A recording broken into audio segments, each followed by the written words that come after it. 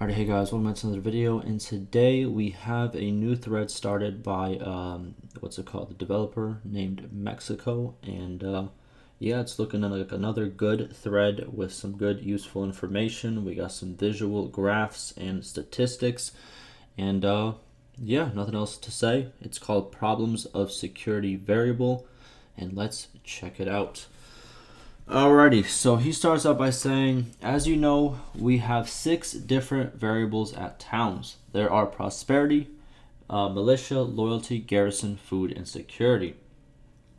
I think currently we have problems at security variable because it does not vary much, and it is usually high. This creates other problems. To solve it first, I made some calculations and created below table. And below table, you can see what affects these 6 variables. Also, you can see security and loyalty value distribution at first 10 years. Okay, so what he's stating is every town obviously has all these variables, and they kind of coincide with each other, work off of each other. The problem is security. It does not go up and down enough, and it usually stays very high, which creates other problems with all the other variables and stuff of that nature. Now, he states problems are mentioned and some possible solutions are added. We can discuss further. Currently, these changes are suggested internally. If accepted, they or some can be added. I think he meant to say if accepted, all or some can be added. Here you can also share your ideas about this issue. Then he states additional info because rebellions are increased too much at 1.5.10, average 2 to 3 a year. Starving effect on loyalty is reduced to -1 from -2. Average rebellions are reduced to 1 to 2 per year after this change.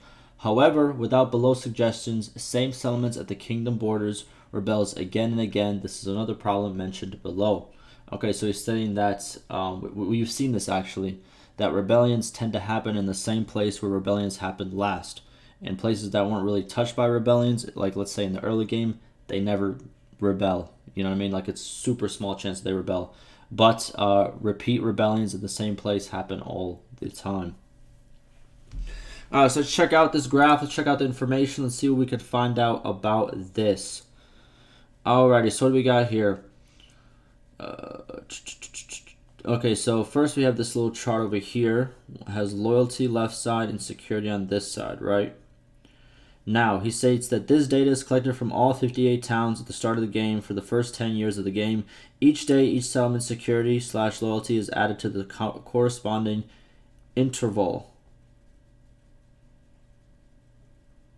Okay, what does this mean exactly? Okay.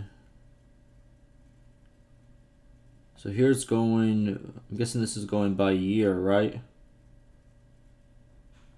Okay, let me read this one more time. This data is collected from all 58 towns at game, okay, for first 10 years of the game. Each day, each settlement security / loyalty is added to the corresponding interval.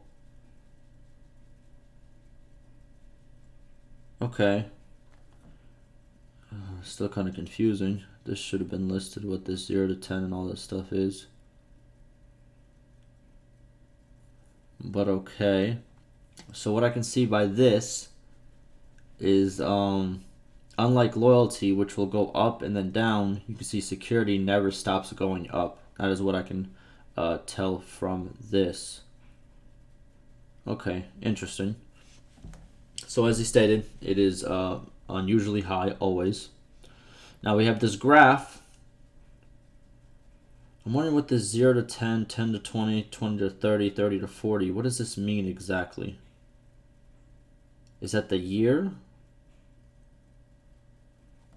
1, 2, 3, 4, 5. So is that the year or... Yeah, this is kind of confusing, but okay. I'm gonna hope this is the year. Or like the years, you know what I mean? But okay. So loyalty versus security, as you can see, loyalty goes up and then it went down, but security just shot right up towards the end and just kept going up. Okay. Now he says the problems. He says security is usually high, 90 plus. Security is affected from less effects and does not variate. You say starving is affecting all variables, so it is so powerful. Then you say starving affects security and loyalty. Security also affects loyalty, and this causes starving, double affecting loyalty. Interesting. So by security staying up, what's it called? There's more food shortages, and pretty much there's more people starving, and this really impacts loyalty as well because more people are starving. That's why you see it go down as security shoots all the way up. Then he states, because security is always high, loyalty average moves to 75, and rebellions always occur at same conditions because people are starving and there's a different culture, and there's no variation in rebel towns. Okay, so pretty much says same towns get hit over and over again, as I stated before. Then he states possible solutions.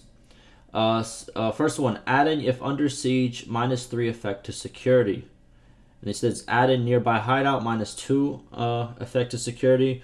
Removing if starving, -3 to security. And moving rated, -1 from loyalty to security and increasing it to -2.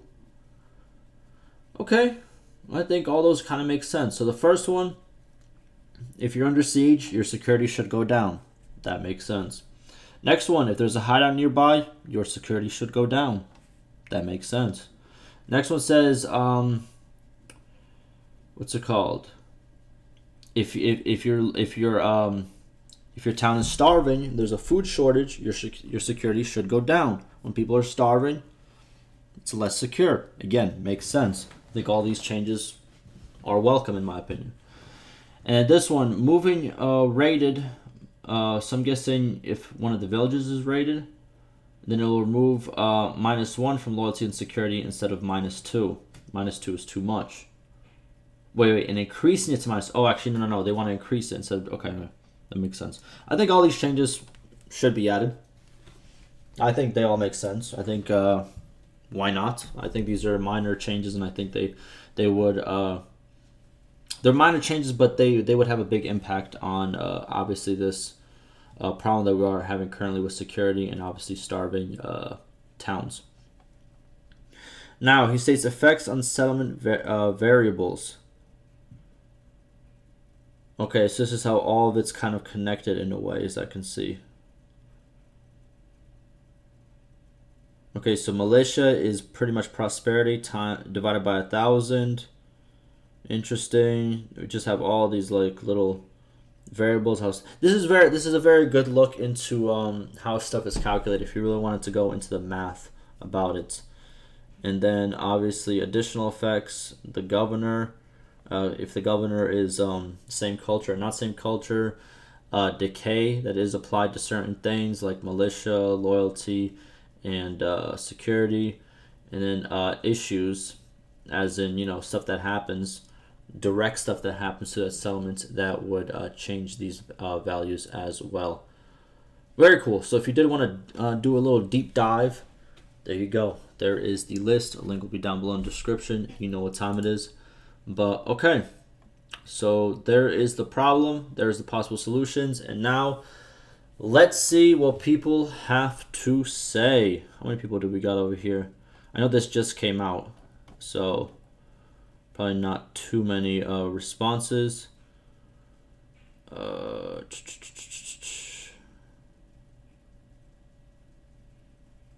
Okay, let's start off by the first one. Alrighty, so he states, I'm not entirely sure how to interpret the table below, but it wouldn't make sense to see that security is affected by prosperity and loyalty as well.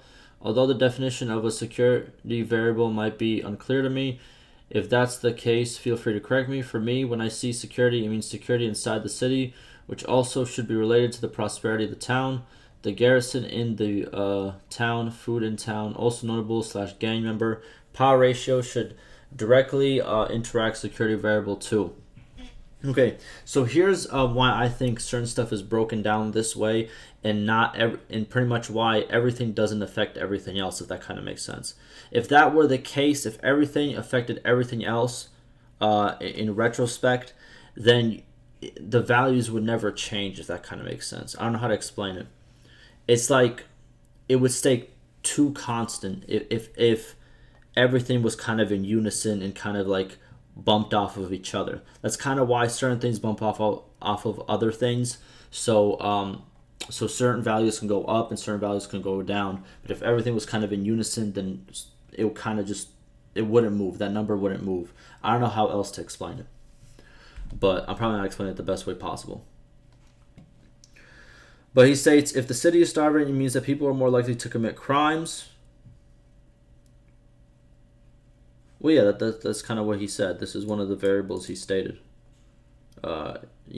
Removing -3 from security if it's starving. So this is one of the things that is being used as a possible solution. There you go. Then he states, if the city is too prosperous, it means the security is high and people are less likely to commit a crime and such. Okay, that's one thing that wasn't listed, but I can see where that's coming from. Then he states, if the city has powerful garrison, it means that they can secure every bit of the town easily. Okay, but I think that's how it works now too. How it works now as well, if I'm not mistaken. But more security doesn't always mean more loyalty. Even real world speaking, you know what I mean? There's a lot of countries out there that have a lot of security, but the people aren't very happy and loyal as well, you know? Then he states, if the city is not loyal to its owner, it's more likely to look the other way when it comes to security, which will lower the value. That is already a thing. If the governor is a different culture, then they will not care about the governor as much, and it does affect security as well. That already happens in game. Then he states, if the gang members are too influential in town, it also means security isn't too high because criminals are leading the town. This one makes sense. I think that would be a cool thing to add. Yeah, I think that would be a cool thing to add. Then he states, although for the last bit we have a random power shift for each settlement in the daily or weekly tick that changes our power values for notable / gang members in town. If this is the case, it can also add extra dynamic behavior to the security variable, which would make it less fixed and high. Yeah, true, I agree with some of these. Some of these can be added as well. Yeah, some of these are already in there and some are in the solutions. But yeah, some of these are also good too. The gang member ones was a good suggestion. It kind of plays off the hideout thing as well. If they can add the hideout thing, I think they can add the gang member thing as well. So, okay. Next. We have a person saying starvation, what is this, malice? I don't know what that is. Should not be removed in my opinion, considering that the effects that affect security are too few. Only one from the table above. They said it could be lowered if those effects, like bandit layers, influential gang members are added. My only concern with loyalty security relationship would be a feedback loop. If I understand the above correctly, security affects loyalty, but is not the other way around, effectively breaking the cycle currently. If prosperity was made to affect security, perhaps it would be best to do positively and negatively. Okay, but they are adding stuff that, unless I'm not understanding what he's saying, because I don't know what this word is. I don't know what that is. But no, they are adding stuff to what's it called? Those are under the possible solutions. There's a lot of things that are going to affect security. 4 things mentioned here that are possible solutions. So they are giving more effects. So yeah, okay. He says, my argument here is the fact that security only diminishes by food right now, leading to the steep increase in the graph. Well, yes, but the solutions are listed right next to the graph as well. Yeah. Okay. What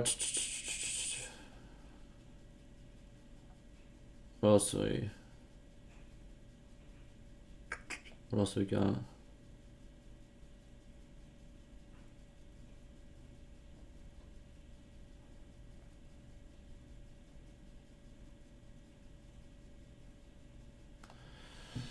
This person says, I was just suggested in a thread I posted to add my 2 cents in here. I suggested that bandit hideouts would only spawn in town vicinities that would incur a daily security / loyalty penalty. My values were -5 security and -1 loyalty per day. That's kind of steep, dog. I ain't gonna lie to you. So what if you just don't notice? You come back to your town and it's gone, bro. It's in the trash, man. That's a little bit steep, but as town security is usually extremely high, as long as decent size 700 dinars daily garrison is posted, it could be increased to a minus 10 security. With that, if a bandit party raids a caravan or village party in the vicinity of settlements, this is going to incur a security penalty as well. I think these penalties are a little bit steep, my guy, but I think it does, you know what I mean? I agree. I don't agree that they should just spawn around towns, but, you know, this kind of works on the same effect that they're talking about right here. So maybe they did take notice of this thread and kind of made that a thing. But it's good to see. I think this whole nearby hideout having a -2 effect on security is a good thing. I think -5 is a little bit too high. We'll see how -2 works, but yeah.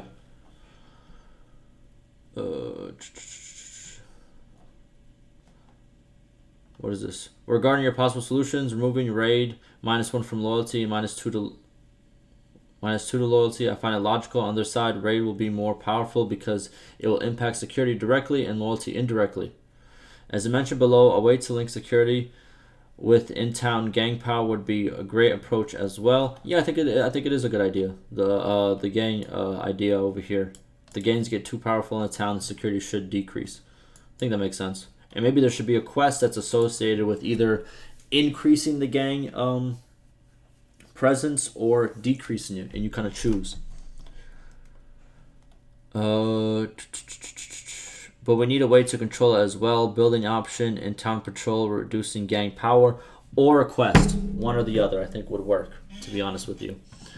Well, when the gang power gets too high, let's say the governor opens up a quest for you.